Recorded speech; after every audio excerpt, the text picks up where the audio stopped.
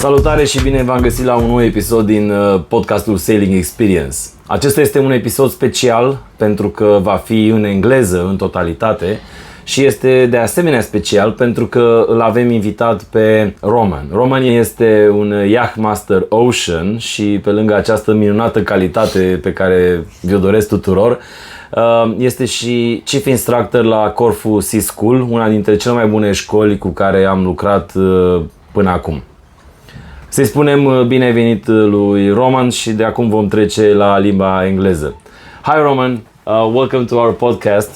I just told everyone that this one is going to be in English, so I hope I'll manage it. Thanks, Madu.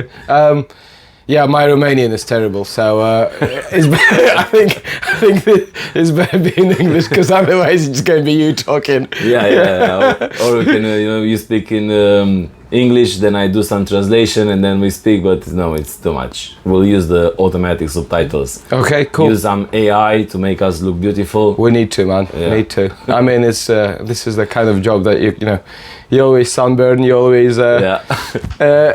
I don't know. I say weather affected. So yeah. Thanks, man. Well, it's my first one as well. So Don't worry, mine too. So yeah, it's fantastic you having here in Corfu, working with us. To tell people, we are in Corfu, in Guvia Marina, where it's the base for the Corfu Sea School. Yeah. Actually, it's one of the prettiest marina around Greece. I think there's a similar one in Lefkas. I think it's the same brand. Yeah. But in some way, I think this one is a little bit more well managed. Yeah.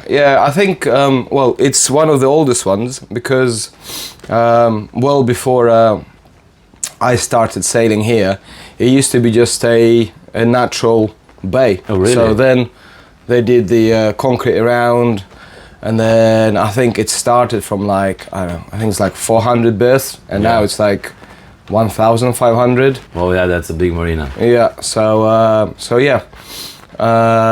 And well, they're still building, they're still improving it, which is nice. And it's, for me, to have the base here as a sea school, it's actually quite a good spot because it doesn't matter which way the wind is blowing, you can always sail here as long as the wind is blowing. So, today's been a windy day, and actually this is also why we are filming inside, because outside it's still windy, and I think it would have been a problem with the mics. Yeah. So tell us about you first. What's your sailing experience? So I started sailing when I was about 14. I'm like 34 now, and 14. 14, yeah. Oh, okay. And it was very simple, really, because some people charter a boat, or I'll be just a crew. Yeah. I had no idea what I was doing. I still don't know what I'm doing now, to be honest. So yeah, I started then, and then the first big trip was when I was 17. So when I was 17, I was looking for a job because I wanted to sort of progress in the field, but I didn't know in which direction. Yeah. Engineer, captain, chef, something like that. And the back then it was no online stuff. You can't just upload your CV, so you just have to dock walk on the marina and just go. Hello. I don't believe this. It's impossible. How can you survive without being online? Yeah, I know. Now it's crazy. People go, what? You dock walk? Yeah. But yeah, so I had a little bit of paper printed out with what I've done before, which wasn't really that much. It was just some note. Yeah, one sentence. A ticket for the bus ticket. That's it. Yeah, I got a job on at the time I think it was like a 65-foot wooden schooner, so it was very traditional.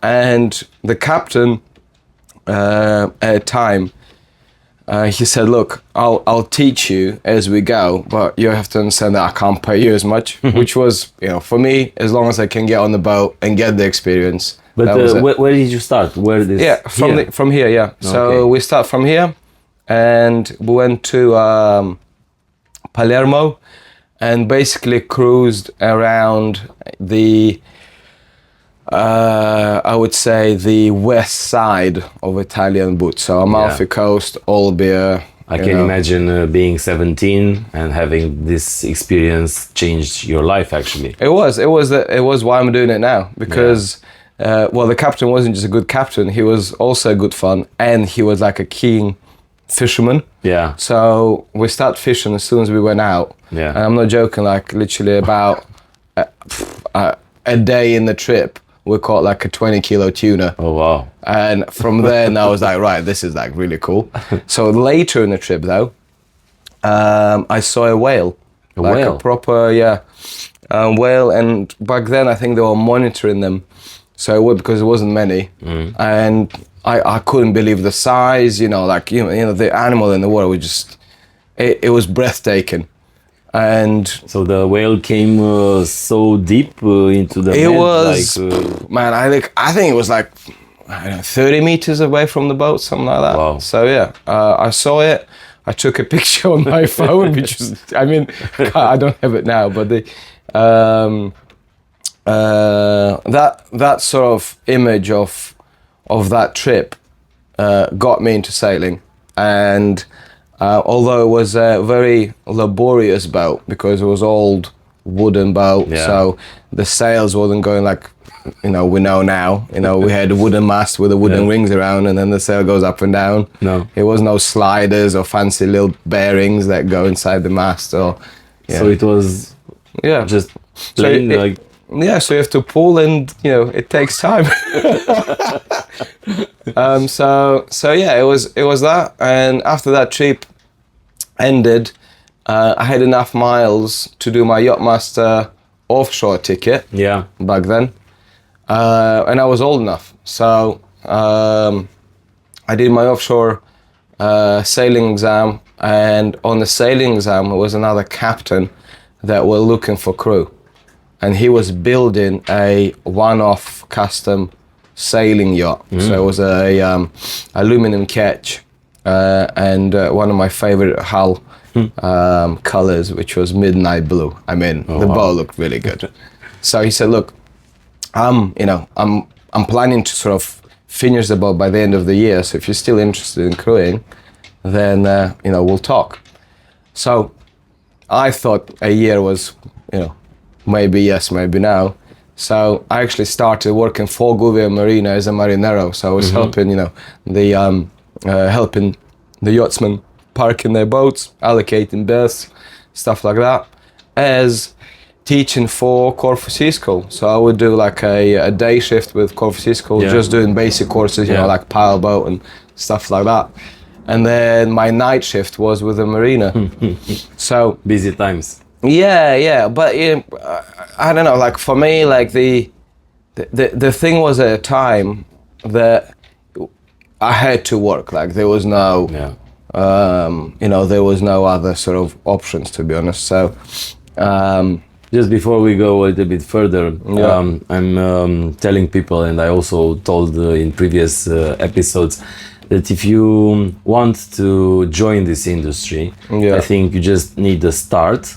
Follow some courses, get some training, and then if you're doing your job well, things are starting to connect to one each other, and it's going to be a starting point for your career. Absolutely. Because in sailing, it's always like this. Someone notices you and offers you a job, and then from that you grow and then go for another job. So especially for the ones that want to follow a career, this is the starting point. Absolutely. Start a course, meet the right people, and the future. Absolutely. And as much as the industry is big, but it's very hard to open the door first, if you see what I mean. And then once you're through though, it's back then it was a word of mouth. So all I always wanted for my career is just to have a written reference from a captain or crew or something like that. Nowadays, of course, this all happens online.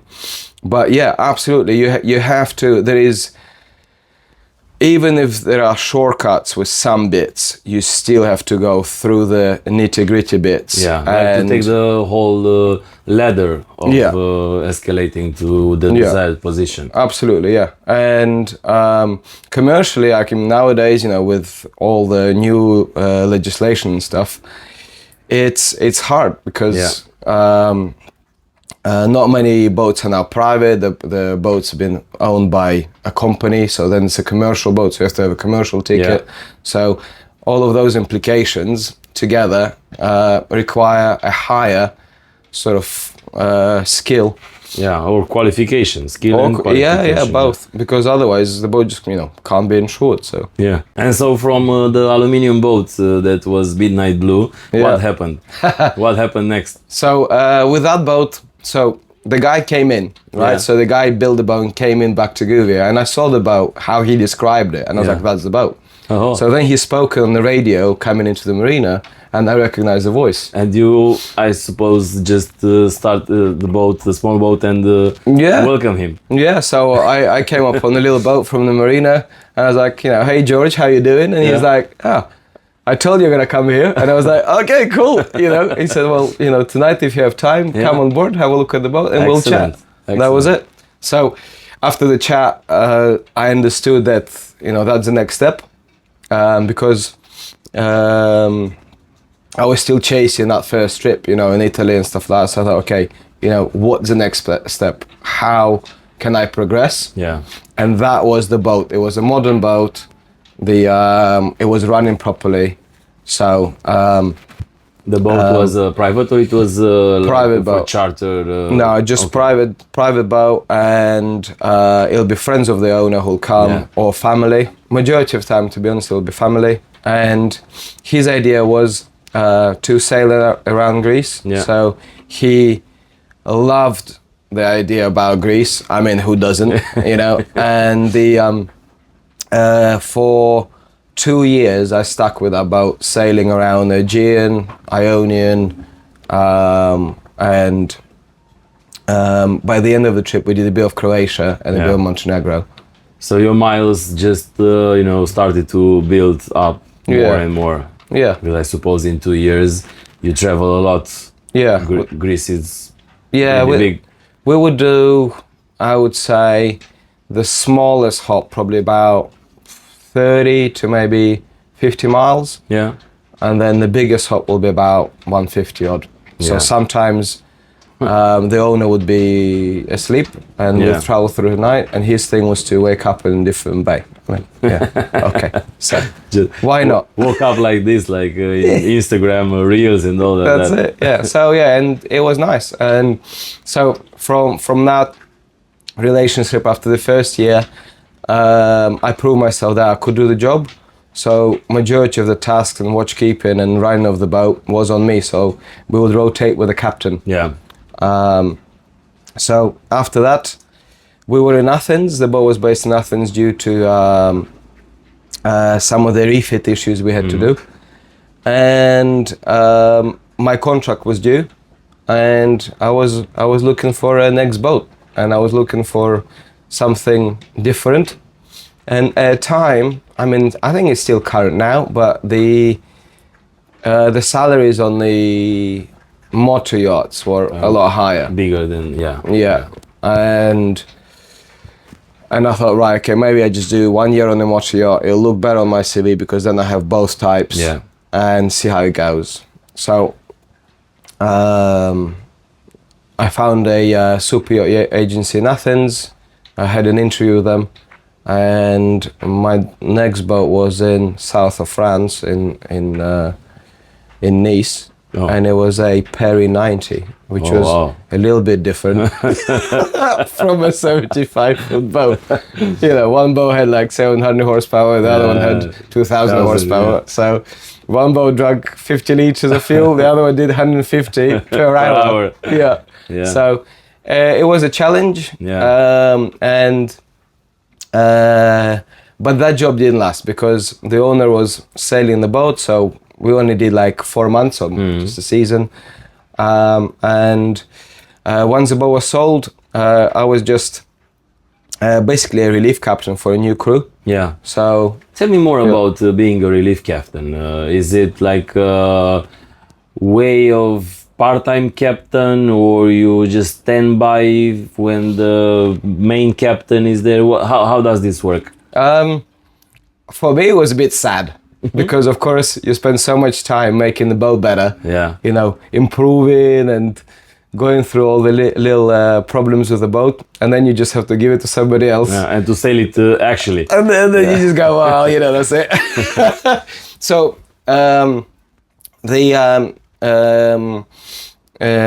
it depends also on the relief process. So sometimes you do a week, sometimes you do 2. And for us, what we did, the owner kindly asked me to stay on the boat as a guest and the relief captain. And he said, when you think that the crew is ready, you can go. So that was my sort of little deal with him. And I absolutely loved it because the crew were very experienced, and the boat was immaculate. I mean, it was almost a brand new boat. So, I mean, I would say showroom condition. So for me, to hand it over in the showroom condition and then to teach people how to keep the showroom condition was a challenge. Yeah, it was good though, because in any job there is a skill. You know, people think that, you know, on those kind of big things, all we do is just wash them and that's it. Yeah. But it's not just washing; is you also want to preserve it. So as you're going along, it has to look good. As a station, it still has to look good. So it's a process how to do it, and that's what I was handing over. So driving the boat, majority of the time, is actually the smallest part. Yeah, you know, but the maintenance and keeping it shiny and ready. Yeah, so some experience is there. Some of it. Yeah. So after that one was the next boat. So the boat was sold, and then I was hired again on another motor yacht, and then I did Israel, Turkey, Cyprus, and again a bit of Italy on the way back because the boat was brand new. So I had to take it to back to the shipyard for some warranty issues, and after that one, the owner of the boat knew another owner of another boat, and like you said, you know, one story leads to another, and I end up not being a captain but being a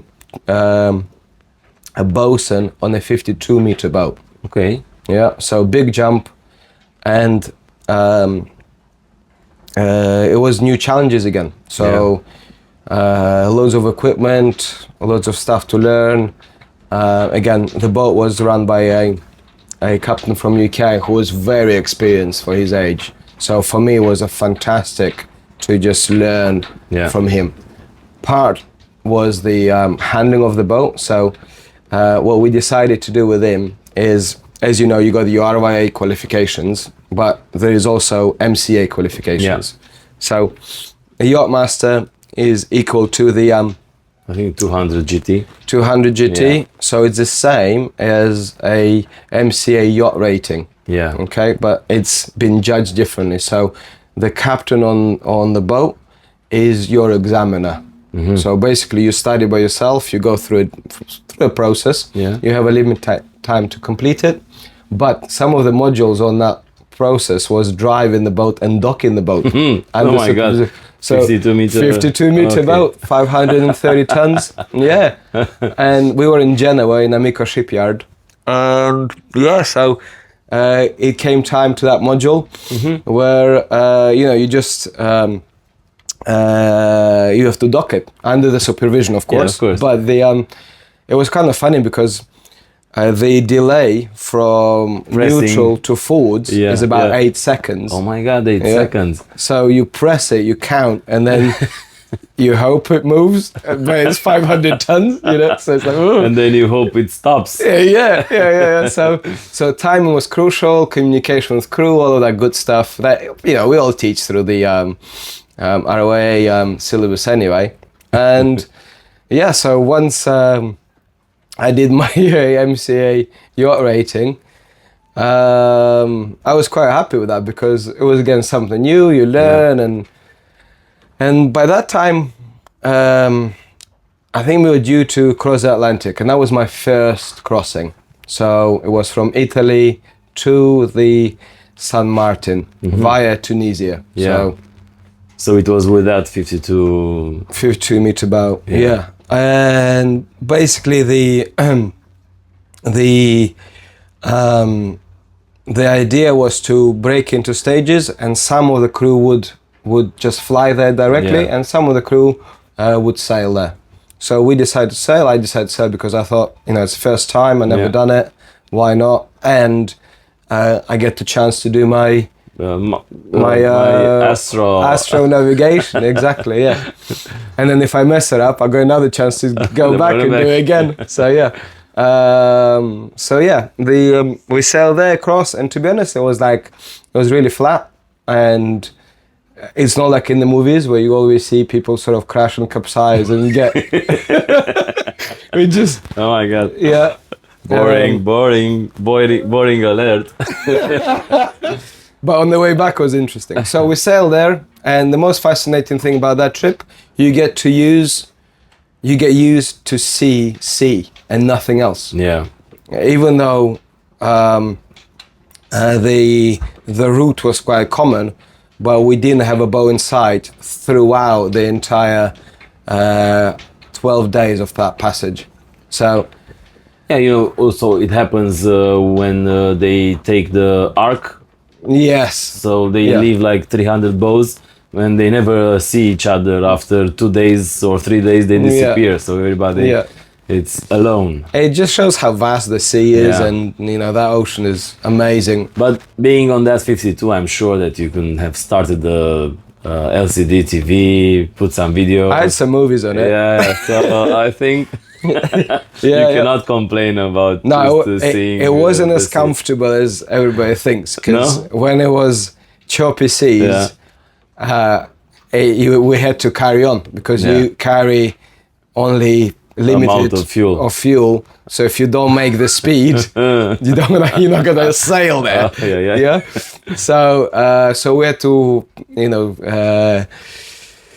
push through some heavy seas, and the cabin arrangements. Well, my cabin was right on the bow. Yeah. So I felt every wave. All height of the waves. Yeah. And I tell you, it does lift you from the bed because it's a long thing going up and then goes down. So when it goes down, you literally just hop up. So yeah, it was good. Eventually got there, and it was fantastic because we got there in the morning, and as soon as the sunrise came up, I saw this, you know, island, which I never saw in my life, and we had to go through a very narrow bridge in San Martin, which is very famous. And back then it was just like living a fairy tale, really, because definitely, you know, you're working, you get paid to see amazing places, you work a nice boat. Luckily, the owner of that boat was also really good, and so we did a bit of BVIs, the British Virgin Islands, not so much of the American Virgin Islands. So sailed around there, and then it was time to get back for Monaco Grand Prix. Oh, nice. Yeah, so sail across the Atlantic again. This time. Did you get the right spot? Yeah, it was good. We were on the Rascas corner in Monaco, so yeah. So that was the time when I said to my mom, I said, "Mom, you have to watch this race." Yeah, see me on TV. And she goes, "What?" I said, "Like, the helicopter will go over." And basically, as it was there, I went on the deck of the boat and I was waving, and I was on the phone saying, "Hey, Mom, look, it's me." And she goes, "What?" So yeah, fantastic, really. And the owner was nice. So for the duration of the race, we could watch it. We didn't have to work. Excellent. So you get 1 hour off. So done that, and then by that stage, I was just missing home. You know, I was missing Corfu. Actually, I think it gets you at some point, right? Yeah, you need a base. Yeah. You know, as much as all of that is nice, the stuff on that land keeps going. Yeah. You lose You actually live relationships. You know, you live in a bubble. It's you, the boat, the sea, the few friends that you have there. Yeah. But that's not real life. So reality strikes you when you come back. Absolutely, yeah. And it's a lot of catch up as well. Like, you know, still fairly young then, in 20s, and in 20s, you know, you do what you do in the 20s. We don't say what, but we can all imagine what that means. Yeah, stuff happens, right? So yeah, when I came back, unfortunately, it was one of the years when Greek economy wasn't going well. So many of my friends didn't have that much money and they couldn't go out and stuff like that. So it was sort of a little bit sad because I wanted to catch up with them, but we sort of couldn't do it like we used to do it. And I decided to find something that I can, you know, be a bit more land-based, I would say. And the idea was just to maybe buy a very small boat and just sail around Corfu, which I loved. Okay. Maybe Paxos and stuff like that. But it didn't come because it was a winter period and it wasn't really the kind of boat that I wanted. Some of them were too big, some of them were too old, some of them were too expensive. So I ended up getting a job with a flotilla company. So it's a completely reverse cycle. Normally you start with a small boat and you get to the big boat. But so I did the big boat, now I'm going back to the small boat. Ones. And I did a season with them and I absolutely loved it because, you know, like you get to socialize with loads of people, you sail. It was more human. Yeah. And it's like a lot more adventurous, you know, like we could choose where we need to go rather than just to be always in, you know, top destinations and stuff. So I loved it. And that's when I met my fiance now. So yeah. Then it got complicated after that, really. So yeah, we met, and then of course, then as a couple, we had to figure out what we're going to do. She wasn't working in Greece; she was working in UK. So I had a delivery to do from France to Corfu. So I thought, look, I'm gonna fly to UK, see her, and then fly from UK to France, and then deliver the boat. Yeah. And that delivery was one of the scariest ones I ever done. So you just went ahead, because I was actually going to ask you, what was your, let's say, worst thing that had happened in sailing? It was a few. Okay. Yeah. I think one of the earliest ones was when I had to sail a boat onto a beach because we were sinking. Oh. Yep. Oh, and well, luckily the situation was that we weren't far from a beach that you can just sail onto a beach and keep it, because that's the key point, isn't it? Yeah. You don't be in a life raft, you don't be in a dinghy, you don't be swimming. The whole idea is to be above the water. So we found the problem, what it was.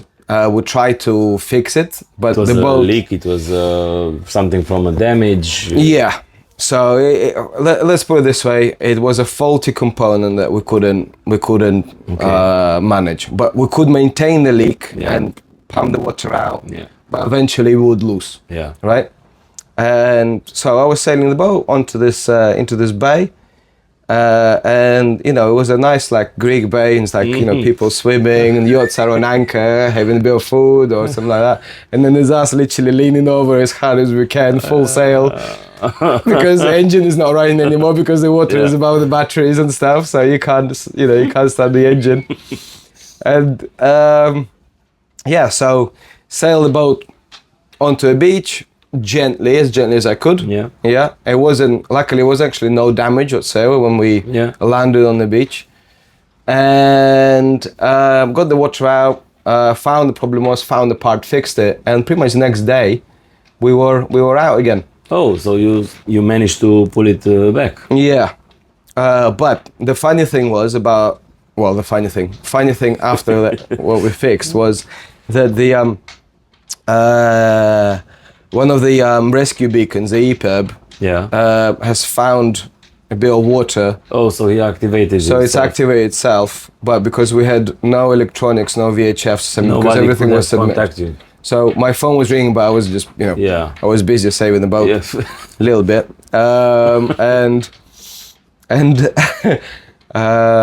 Once I got my phone, I had like so many missed calls. I was like, what's going on? Like, why do all these people calling me like?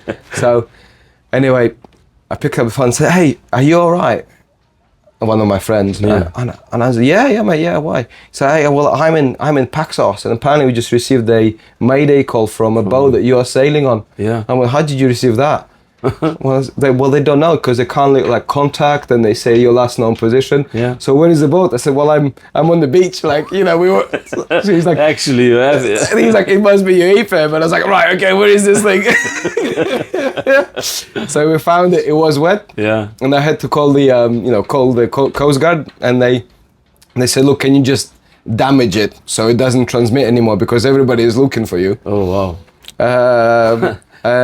So we end up like breaking the EPIRB. Yeah. And that was the thing, we have to wait, because commercially you can't sail without it. Yeah. Luckily could source one quickly enough, so it arrived, got it registered on the boat. But prior to actually put the boat on the beach, wasn't that a pan situation or something that would involve authorities? Maybe a SAR to tow you, or no, because they actually have the bigger pumps. Yeah, but by the time, so we were the closest Coast Guard were about, I think it was about 20 miles away. Yeah. The beach was 5 miles away. Yeah.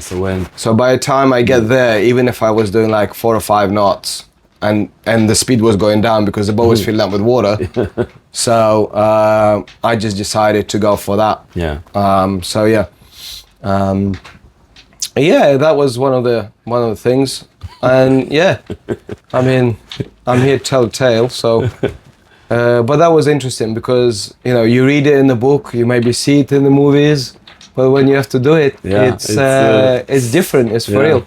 And the first thing I looked at when we found out that we're going diving, that the depth of water was like 90 meters. Yeah. So it would have gone down forever. Yeah. It would have appeared in the chart with the symbol of a wreck. That's it. That'll be my little symbol forever. But so luckily that was that. I remember that one. It was not panicky because the 2 other crew were very professional, and we all knew what to do. So you just say, look, like, while you two bail, I'll sail, and we already had the plan figured out. It was no what to do, best solution, whatever. We just agreed on the plan, that was it. And then one person was bailing the water out, I was sailing, and the other person just sort of making sure that the life raft would be ready if we need it. So getting it all ready and doing all that. But luckily we didn't come to that stage. So so that was the first one.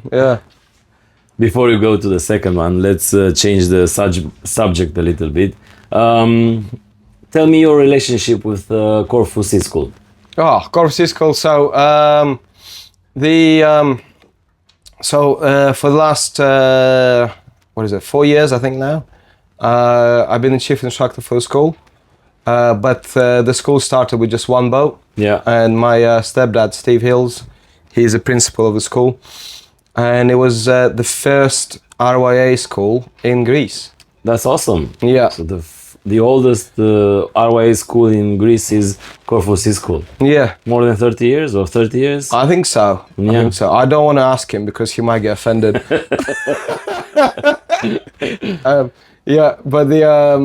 So I started, of course, a bit later because I was doing my sailing stuff. So I've been teaching for the school for 9 years now. Yeah. And Since then we expanded, so we have 3 boats that we own now, and we do online courses, we do motorboat, and the newest thing now, as you know, is being the catamaran. So I think it's important for every school to be able to teach on the equipment that people are going to use, you know. Exactly. So yes, I'm a purist sailor. I love my sailing boats, don't get me wrong. But when we had to get family over, you know, the mums, the dads, the grandkids, the lot, and it's so good for space. Yeah. People still love it, and you can still sail it. You know, it's not like they don't sail at all, and it's all bad. And I think it's a natural way because on the last 3-4 years, the demand for catamarans just hit the sky. So now schools need to adapt to this, and also us at Sailing Xperience, we have this catamaran training. So after you take your license, you can come and practice on a cat, because then otherwise, when you charter for the first time without having practiced before, you just wonder, what do you do with this? And when you turn and do like this, the boat will go the other way around. Or so I think it's very good to have the chance to practice on a cat. I think so. Yeah, and it's good, and you know, like it works out in so many factors. You know, first, people who never sailed before, it's a stable platform, so it's a nice natural step forwards. Yeah, you know, as you're like, let's say, as a beginner sailor, right? It's comfortable. Yeah, definitely. You have more crew. Yeah, great. So you have 2 engines rather than 1. Yeah, so stuff like that. And yes, they're wide, so maneuverability, although it's good, but you have to take care of blind spots and stuff like that. Space awareness, berths in the marinas, all of that. Yeah. Do you think the RYA is going to make a special day skipper course on catamarans at some point? We'll see. We have our inspection coming in end of October. Yeah. So I'm gonna ask that question to the inspector and see. But I don't see it's far off. Yeah. And you know, nowadays everything moving very fast. Yeah. So I think possibly it's gonna be the catamaran training, and the other thing is, rather than, you know, people going with, you know, we're not going to have engines, they're all going to be electric or hybrid energy or something like that. I believe you see the America's Cup boats sailing on hydrofoils all the time. So it's going to be a foiling and a non-foiling syllabus, because, you know, if you can go, let's say, 2 times faster than the wind, right? You're going to be going into places very quick. so you have to know a little bit more. You know, even now with this non-foiling monohouse, people are still making accidents. They still bump into each other, or they do stuff. What do you think is going to happen if you give foils to everyone? Well, you know, it just has to be a little bit more strict. Yeah. So, you know, like in our example, the International Certificate of Competence lasts 3 years. I think with a foiling certificate, they have to have a X amount of hours or even days on the foil. So I know it's going to be hard to manage and hard to do, but I believe rather than, you know, the small little engines that we use on the sailing yachts, they're still very reliable. Yeah. You know, they're not that bad for the boat, because even if the boat will be completely, let's say, battery powered or solar powered, you still probably have to need a generator to run all the other stuff. Yeah. So the generator is pretty much the same with that engine anyway. Yeah. So I think the next step would be to have generators instead of engines, which will actually charge some electric motors, batteries, and so on. So they or even keep the engine and you know, put the foils on and you go foiling rather than on engine. So because if you're non-foiling, it's still the same as a bow. You just got a couple of bits bolted onto the bow, let's say. And if it's normal boat, that's it, isn't it? So it's sort of like, I don't know, a high-speed certificate and a normal certificate or something like that. So I hope those would be the changes in the future. Because they're already making, I think Benetton's already making a semi-foiling yacht, so it doesn't have to be on full foil. No, exactly. It's just like part, So that'll be nice. And catamaran, so multi-hull, it's always been in RYA. But I don't think it was like as popular then. And I think for training centers to have a catamaran, it's hard because of course you're paying for two boats. So but I mean, since I taught my first course on the catamaran, which was I think about 5 years ago. I loved it because everybody knows that you got the space and you've got everything you need, and I think you can see that it's actually more financially easier for the charterer. So therefore, if the catamaran can hold 10 guests, the cost of the boat becomes less if you got a big group of people, rather than a sailing boat can only hold, 5 guests or 10 or 6 guests. So it becomes more expensive naturally if you want, let's say, a 50-foot boat or a 45-foot boat, something like that. So So what's thing sailing-wise that catamaran can't do and the monohull can do? I would say, of course, answer number A will be the pointing or sailing closer to the wind. That's that's a give. And so that's probably the biggest disadvantage. Although nowadays it depends on what catamaran. So the one we are sitting on now, we can actually sail it properly because it's got quite a large mainsail, and it sails very decently in light winds. But that'll be what I would say. So a couple of quick questions: monohull or catamaran? You just need to answer with monohull. Monohull. Slab reef, furling mast. Slab. Twin rudder, single rudder. Single rudder. Foil, non-foil. Foil. Okay, good. So you still teach, you still have time for the teaching, doing the day skippers, competent crews. You also go for yacht masters. If it would be a thing to teach, let's say for the day skipper level, that we can do something on a whiteboard, what would it be? Something quickly. Let's go for anchoring. Okay.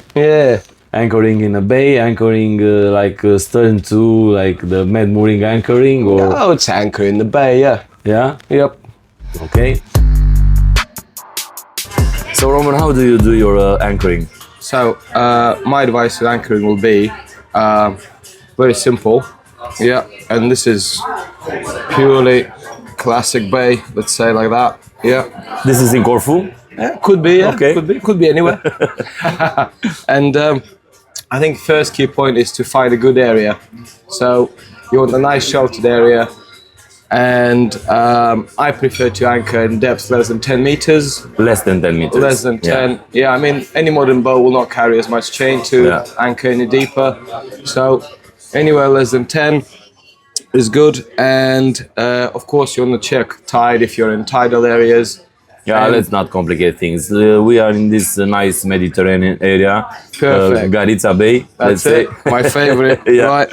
So check the tide, less than 10, and then I prefer if the wind is actually coming off the land or off the shore. Yeah. So let's say we got a bit of wind that is sort of coming from there. So that's my wind. Yeah. So generally, all the other yachts will be facing the element or the strongest element. Yeah, because they point into the wind or into the tide. Or the tide, yeah. So if, let's say, we see any other boats, they will be like that. And normally, let's say, the anchor will be further out. So, of course, that will be our pivot point if the wind will be changing. Yeah. Yeah. So, let's say we come in. Yeah, we found our depth. And we want to start dropping. Yeah. So, first of all, you want to drop parallel to the other boat. So let's say that's my other boat. Sorry about the drawing. As you can see. Yeah. We want to be doing the same thing. So parallel to the other yachts. And if you can, of course, you want to be going to the yachts which are the same size as us due to weight and different configurations of the other yachts. We want to be swinging in the same time. Yeah. So if we actually going to go like this, and let's say the wind change, we will swing further and the other boat can come in and then we'll have to say hello to them, which is not really nice sometimes. So yeah. So we did that. Yeah. We begin to drop. And as you drop, I always stop the boat and then start reversing. As you start dropping your chain, so in the end, once you stop dropping, then you can pull on the chain, make it tight.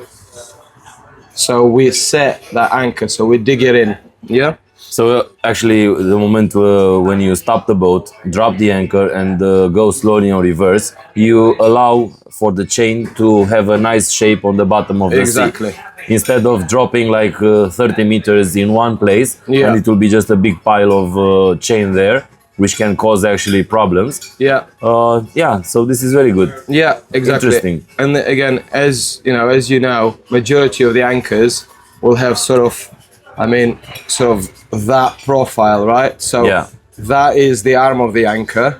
So if we think about it, as we drive the boat back, the anchor will swing forwards and then it will dig. Yeah. If we drive forwards, sometimes the anchor might not set, and as you said, if we are stationary, it will not set, and also you're going to have a pile of chain on top of it, which will help your drag. Yes.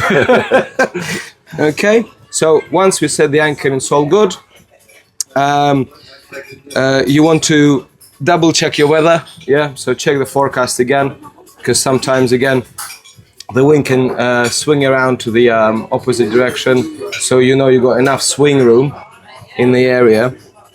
And it's a good idea as well to put a ankle alarm on. So if you have an app or chart plotter or whatever you have, I think that's quite good. So let's say in this drawing that the depth is around 5 meters, and you only stop for 2-3 hours for a lunch. How many meters of chain do you recommend to let to drop? So, 4 times the depth is 4 good. Times? Yeah, so 4 times the depth is great. Yeah, that's our norm. And if that's 5 meters, so that'll be awesome for us to go around there. Yeah. So again, all of those all of those little rules are good, but it doesn't mean that we never watch the boat. Of course. Yeah, so it doesn't matter 2 or 3 hours. You want to be, I would say, alert. And let's say the wind is going to be stronger that night. It's going to pick up. Do you change something in the scope of chain, or it's enough all the time? Yeah, it's you can always, if you're not sure, you can always drop more chain out. Yeah. Right. And of course, if the wind is increasing, anything less than 10 knots, and you have your 4 times the depth, you will be okay, or you should be okay, let's say. Anything more than that, you want to watch the boat, and you want to drop a little bit more chain out. So maybe an extra 10 meters would help. But it's all, I would say, dependent on even how crowded the bay is. Exactly, because there's this saying that when you drop an anchor, you should leave all the chain out, But if you drop 80 meters of chain and the other guy just dropped 40 meters, somewhere they were going to get in touch because they swing in a different ratio. Absolutely. I mean, you know, the assumption is 4 times the depth. I would not recommend to go less than that. Yeah. And you know, we're hoping when we're doing it right, everybody else does it right. Yeah. Sometimes it's not the case, unfortunately. So what do you think about those guys that come in the bay that you are staying already? They circle a little bit around and they drop like 7 meters of chain. The Italians do it like this. Well, chances are, if it's no wind, they probably remain where they were. Yeah. But if it will be any wind, it's very easy to see if the boat is dragging its anchor. Yeah. Because normally, as you can see here, we're sort of at the neutral point where the boat will just pivot around the anchor chain and the anchor. So if the boat is drifting or dragging, let's say, it will never be in that neutral point between sort of 30 degrees each way. Okay. It will be drifting at more than 30, so Yeah. extreme cases it will be across the wind. Yeah. Yeah, and I would say with our 7-meter friend that you will be equally seeing that if they drag in. Yeah. So of course, if we see that, we want to make sure that they know. Yeah. It happens. I mean, sometimes it can take a couple of attempts to dig the anchor in. I would say if you do all of that, you should be good. Yeah. Thanks, Roman, for the anchoring lesson. I hope the viewers will enjoy your method and also apply it. So now we went back from the whiteboard. Let's go on with your most pleasant thing that happened, most memorable pleasant thing that happened in sailing. Funny, romantic, whatever you want. Something that you close your eyes, think of it, and make you feel better.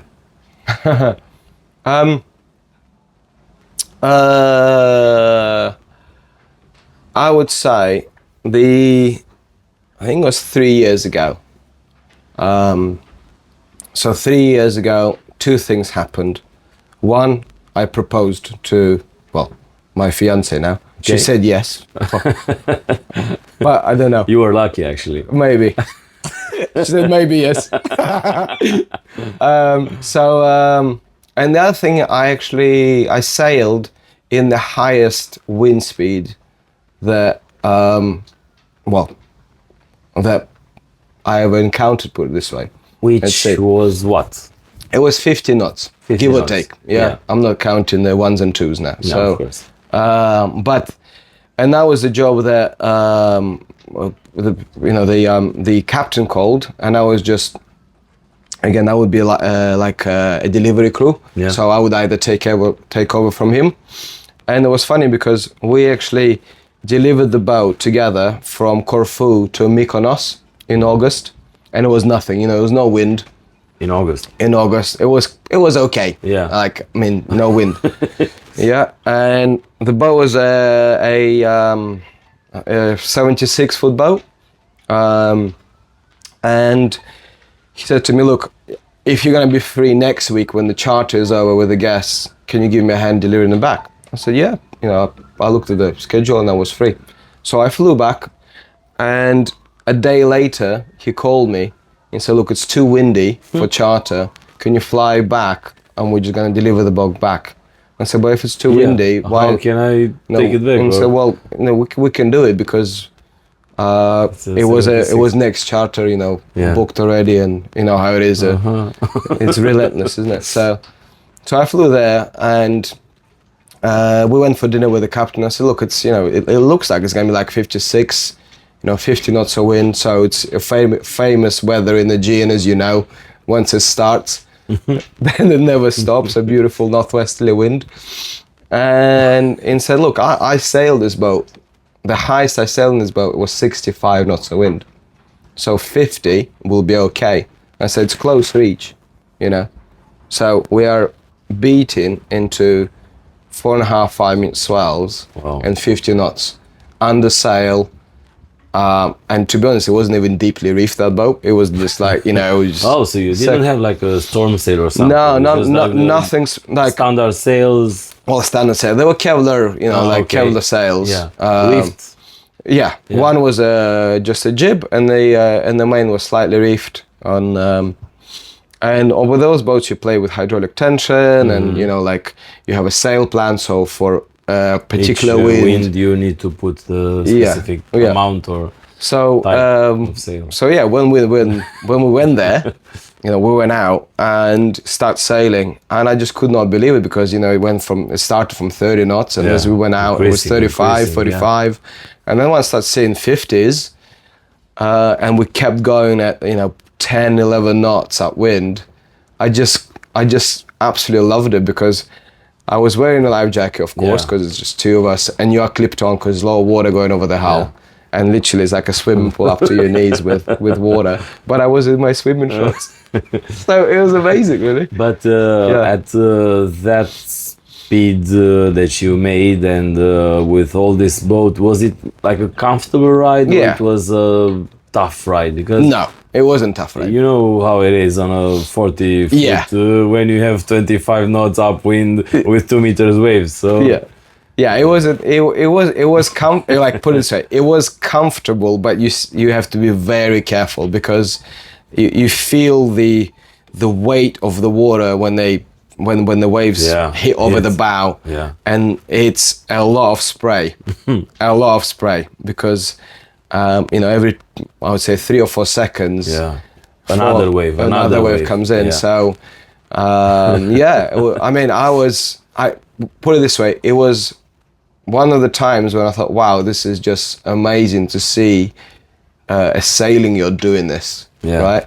And before, previously, I would say I would sail in those wind speeds, but it will be downwind, so it'll be like either survival or running downwind or something like that. But I never actually sailed on a big boat, or, you know, in those conditions. So every time I remember it, it brings smiles to my face, because it was very exciting to begin with. And again, sailing at home, you know, sailing in Greece is amazing. And I think now they even do a race. It's like a 600-mile race around.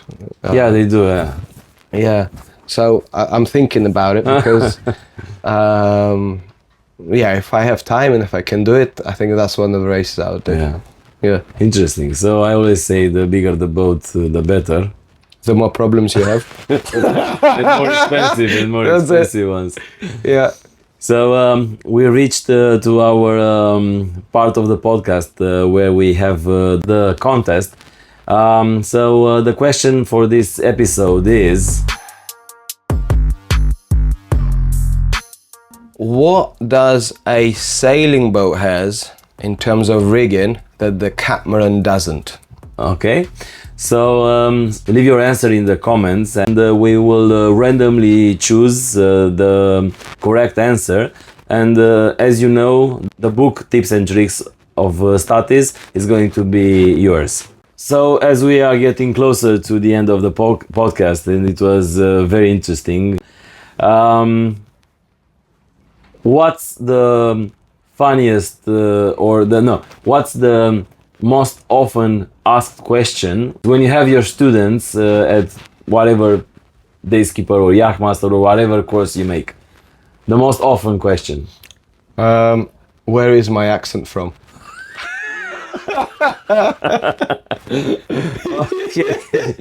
Okay, so I suppose you have an answer for that. Yep. Everybody thinks like, well, I had so far Spanish, Scandinavian, or Swedish, or, you know, like those parts. Yeah. And but, you know, I was born in Ukraine. And I grew up in Greece. But so that's where the accent comes from. But that's normal. As soon as I start teaching or something like that, or talking, people listen and go, yeah. So I get that, and so to tell me, you know, where are you English? Or something like that. So Thank you very much, Roman, for coming. Cheers.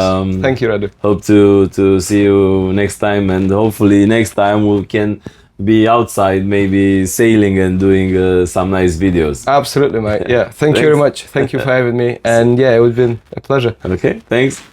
Mulțumim că ne-ați urmărit, sper că v-a plăcut episodul și am putut să vă transmitem informații utile din partea lui Roman. Vreau totodată să îmi cer scuze că nu am mai postat episoade la fel de des ca până acum, dar a fost un sezon aglomerat, însă am pregătit multe materiale pe care le vom prezenta pe perioada iernii. Dați-ne like și subscribe pentru a ne susține în a ne continua podcastul și activitatea aceasta online, iar până data viitoare faceți sailing în siguranță.